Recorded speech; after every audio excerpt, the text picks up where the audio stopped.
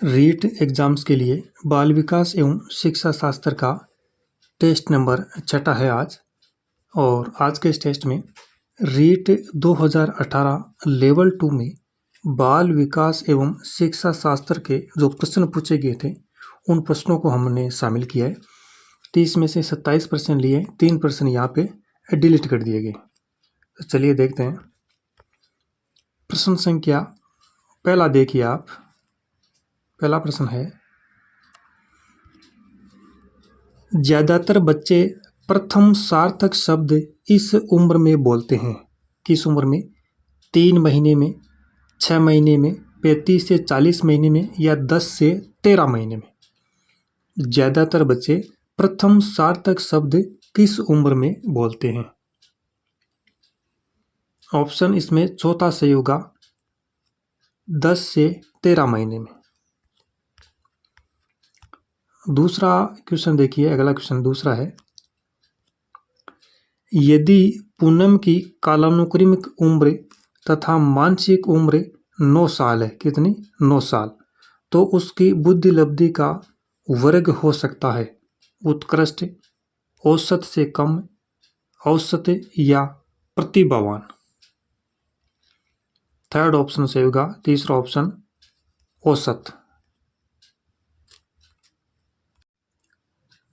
अगला प्रश्न है, तीसरा क्वेश्चन, समायोजन प्रक्रिया के दौरान विद्यार्थीगण बहुत से विरोधाभासी परिस्थितियों से गुजरते हैं। उदाहरण स्वरूप, एक विद्यार्थी शिक्षक के सामने अपनी गलतियों को स्वीकार करना चाहता है, पर इसके साथ ही वह शिक्षक द्वारा दंडित होने से भी डर रहा है। निम्न में से किसके सापेक्ष में इसे अच्छी तरह समझाया गया है? पद्धति विरोधाभासी परिस्थिति, वर्जन विरोधाभासी परिस्थिति, पद्धति वर्जन विरोधाभासी परिस्थिति या ऊपरी लिखित में से कोई नहीं। थर्ड ऑप्शन इसमें सही माना गया। तीसरा ऑप्शन पद्धति वर्जन विरोधाभासी परिस्थिति। अगला प्रश्न देखिए, चौथा क्वेश्चन है, किशोरावस्था की ऐसी आदत जिसमें खुद को भूखे रखने की प्रवृत्ति होती है तथा यह ज्यादा बालिकाओं में पाई जाती है, ऐसी अवस्था को कहा जाता है? एनोरेक्सिया नर्वोसा, डेलिरियम ट्रेमेंस, स्वलीनता या डाउन सिंड्रोम। ऑप्शन इसमें फर्स्ट सही होगा, एनोरेक्सिया नर्वोसा। पांचवा क्वेश्चन देखिए, आनुवंशिकता की इकाई है क्रोमोसोम, निषेचित अंडा, जीन या युग्मज। आनुवंशिकता की इकाई थर्ड ऑप्शन सही माना गया, जीन। अगला प्रश्न देखिए, छठा क्वेश्चन है, व्यक्तिगत विभिन्नता का सम्मान करते वक्त एक शिक्षक से क्या आशा नहीं की जा सकती है? योग्यता अनुसार समूह में विभक्त करना, पाठ्यचर्या को समायोजित करना, बच्चों को स्वाध्याय के लिए छोड़ देना, शिक्षण विधियों को समायोजित करना। ऑप्शन थर्ड सही होगा, बच्चों को स्वाध्याय के लिए छोड़ देना। प्रश्न संख्या 7वां देखिए, एक शिक्षक अपनी कक्षा में थार्नडाइक के सिद्धांत को लागू करने जा रहा है। थार्नडाइक का जो अधिगम का सिद्धांत है उसको लागू करने जा रहा है कक्षा में। निम्नलिखित में से क्या शिक्षक को लागू नहीं करना चाहिए? फर्स्ट ऑप्शन है, बच्चों को तैयार किया जाना चाहिए तथा उन्हें कार्य सीखने हेतु सही रूप से प्रेरित किया जाना चाहिए। बच्चों को नई चीजें सीखने हेतु खोज विधि के लिए उन्मुख किया जाना चाहिए। थर्ड ऑप्शन है, उचित अभ्यास तथा ड्रिल कार्य किया जाना चाहिए। और चौथा ऑप्शन है, जहां तक हो शिक्षक को पुरस्कार का उपयोग सही रूप में करने की कोशिश करनी। इस प्रश्न का ऑप्शन नंबर दूसरा सही माना गया है, सेकंड ऑप्शन। बच्चों को नई चीजें सीखने हेतु खोज विधि के लिए उन्मुख किया जाना चाहिए। प्रश्न संख्या 8वां देखिए। एक 5 वर्ष के बच्चे में दूसरों के प्रति प्रतिक्रिया तथा संप्रेषण में कमी है तथा असामान्य व्यवहार को बारंबार करता है। इस तरह के लक्षण किस चीज का प्रतीक है? श्रवण बाधिता, शैक्षिक पिछड़ापन, शैशव स्वलीनता, अधिगम अक्षमता। इसमें ऑप्शन नंबर 3 सही माना गया है। तीसरा ऑप्शन जो है, तीसरा ऑप्शन शैशव स्वलीनता। अगला प्रश्न देखिए, 9वां क्वेश्चन है, स्कीमा का मतलब है खंडन क्रियाविधि, अधिगम विधि, लंबे समय की याददाश्त में सूचना के संगठित पैकेट्स का एकत्रित होना या शारीरिक प्रतिवाद क्रियाविधि। सही ऑप्शन होगा ऑप्शन नंबर जो 3 है, तीसरा ऑप्शन, लंबे समय की याददाश्त में सूचना के संगठित पैकेट्स का एकत्रित होना स्कीमा का मतलब है। अगला क्वेश्चन है 10वां क्वेश्चन, जब कोई बारंबार अपनी कमजोरियों से निकलने में असफल होता है और कुछ प्रवीणता हासिल करता है या साधारणतः अधीनता या अपकर्ष को ज्यादा बल देने लगता है, ऊपरी लिखित तथ्य को किसने हीन भावना कहा है? कार्ल गस्टव युंग, सिगमंड फ्राइड, करेन हेरनी या अल्फ्रेड एडलर।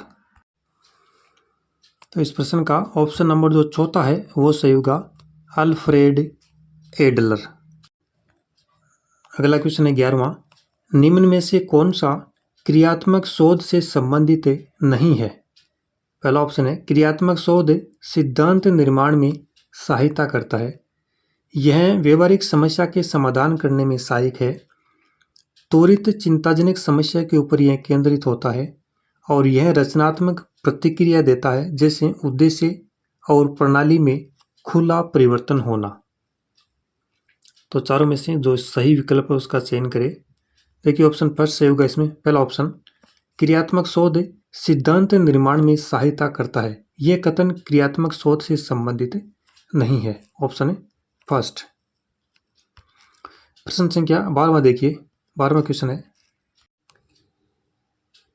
निम्न दिए गए IQ स्तर में शिक्षणीय वर्ग को चुने, 70 से 90, 30 से 50, 50 से 70 या 50 से नीचे शिक्षणीय वर्ग को चुने।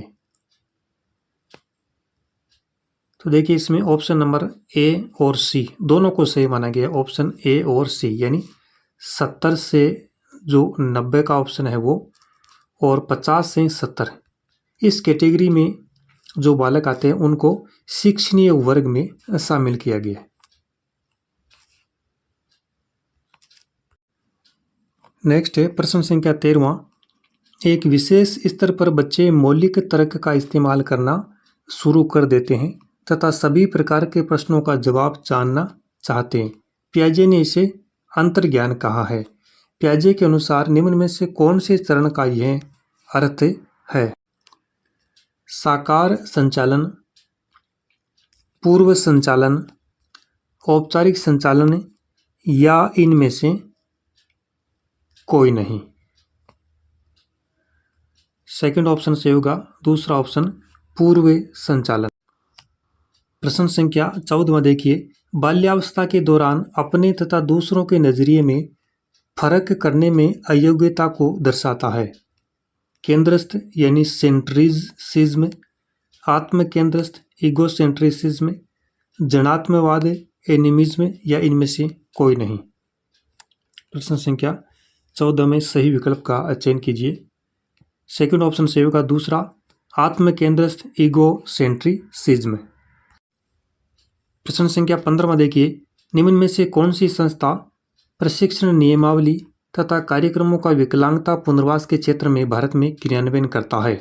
राष्ट्रीय शैक्षिक योजना एवं प्रशासन विश्वविद्यालय, राष्ट्रीय अध्यापक शिक्षा परिषद, राष्ट्रीय शैक्षिक अनुसंधान एवं प्रशिक्षण परिषद या भारतीय पुनर्वास परिषद।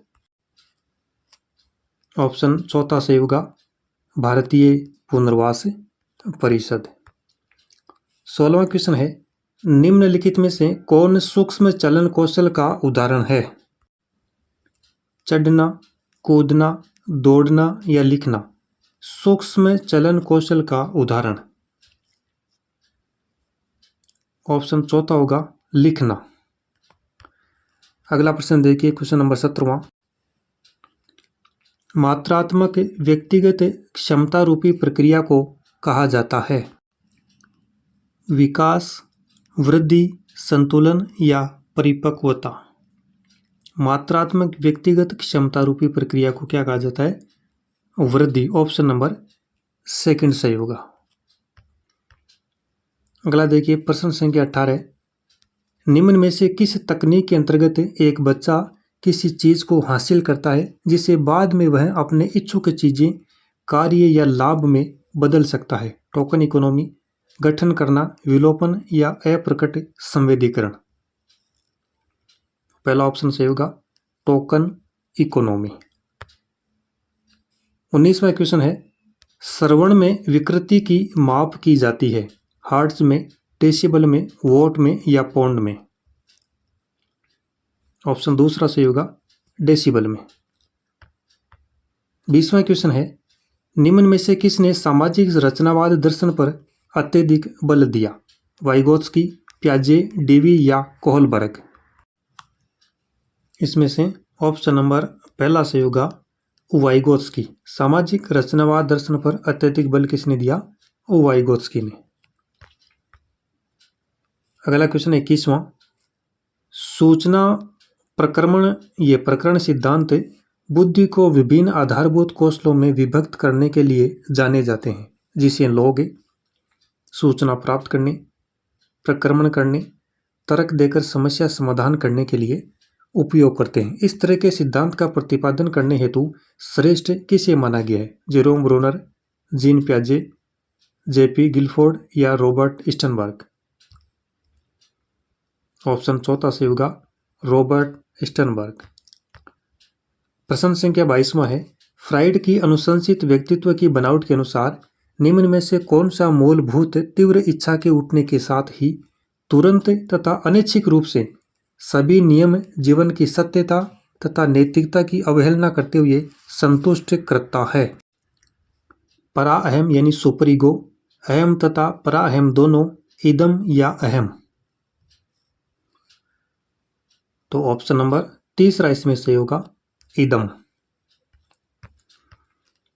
अगला क्वेश्चन है, प्रश्न संख्या 23वां। किशोरावस्था में एक बच्चे के उचित विकास हेतु माता पिता तथा शिक्षक निम्न कार्य कर सकते हैं? कौन से? परामर्श तथा मार्गदर्शन सेवा की व्यवस्था करना यदि आवश्यक हो, लिंग शिक्षा का उचित ज्ञान देना, उचित वातावरण प्रदान करना या ऊपरी लिखित सभी। ऑप्शन इसमें चौथा ही सही होगा, ऊपरी लिखित सभी। परामर्श तथा मार्गदर्शन सेवा की व्यवस्था करना, लिंग शिक्षा का उचित ज्ञान देना और उचित वातावरण प्रदान करना। 24वां क्वेश्चन है, निम्न में से कौन से स्वलीनता के लक्षण है? कमजोर सामाजिक व्यवहार, रूढ़िबद्ध व्यवहार, कमजोर संप्रेषण या ऊपरी लिखित सभी। स्वलीनता के लक्षण इनमें से कौन से हैं? ऑप्शन चौथा इसमें सही माना गया है, उपरोक्त सभी है। कमजोर सामाजिक व्यवहार, रूढ़िबद्ध व्यवहार और कमजोर संप्रेषण। आगे देखिए, क्वेश्चन नंबर 25वां देखिए, अत्यंत निपुणतापूर्ण अधिगम पद्धति जिस पर बंडूरा तथा वाल्टर दोनों ने बल दिया वह कौन सी है? पुरस्कार तथा सजा, निरीक्षण युक्त अधिगम या अनुकरण, स्वयं वास्तविकीकरण या ऊपरी लिखित में से कोई नहीं। ऑप्शन सेकंड होगा, निरीक्षण युक्त अधिगम तथा अनुकरण। 26वां क्वेश्चन देखिए, शिक्षा के अधिकार अधिनियम के अंतर्गत निम्न में से क्या शिक्षक के कार्य नहीं माने गए हैं? एक निश्चित समय में पाठ्यक्रम को पूरा करना, शिक्षक को खुद को व्यक्तिगत ट्यूशन में व्यस्त रखना चाहिए, विद्यालय के लिए नियमितता बनाए रखना चाहिए तथा समय का पाबंद होना चाहिए। हर बालक के अधिगम क्षमता को समझकर उसकी ज़रूरत के अनुसार उन्हें अतिरिक्त अनुबोध प्रदान करना चाहिए। तो क्या शिक्षक का इनमें से कार्य नहीं है? ऑप्शन सेकंड सही होगा। शिक्षक को खुद को व्यक्तिगत ट्यूशन में व्यस्त रखना चाहिए, ये शिक्षक का कार्य नहीं है। और अंतिम क्वेश्चन है 27वां। बहुबुद्धि सिद्धांत के जनक कौन है? वाइगोत्स्की, ब्रूनर, अल्फ्रेड बिने या गार्डनर? बहुबुद्धि सिद्धांत के जनक ऑप्शन चौथा होगा गार्डनर। तो इस प्रकार से ये रीट 2018 में बाल विकास एवं शिक्षा शास्त्र के कुल 30 प्रश्न पूछे गए थे, जिनमें से 27 प्रश्न हमने शामिल किए, 3 प्रश्न डिलीट कर दिए गए थे। नेक्स्ट वीडियो में हम रीट 2015-16 में जो एग्जाम हुआ था उसमें जो बाल विकास के क्वेश्चन थे उनको शामिल करेंगे।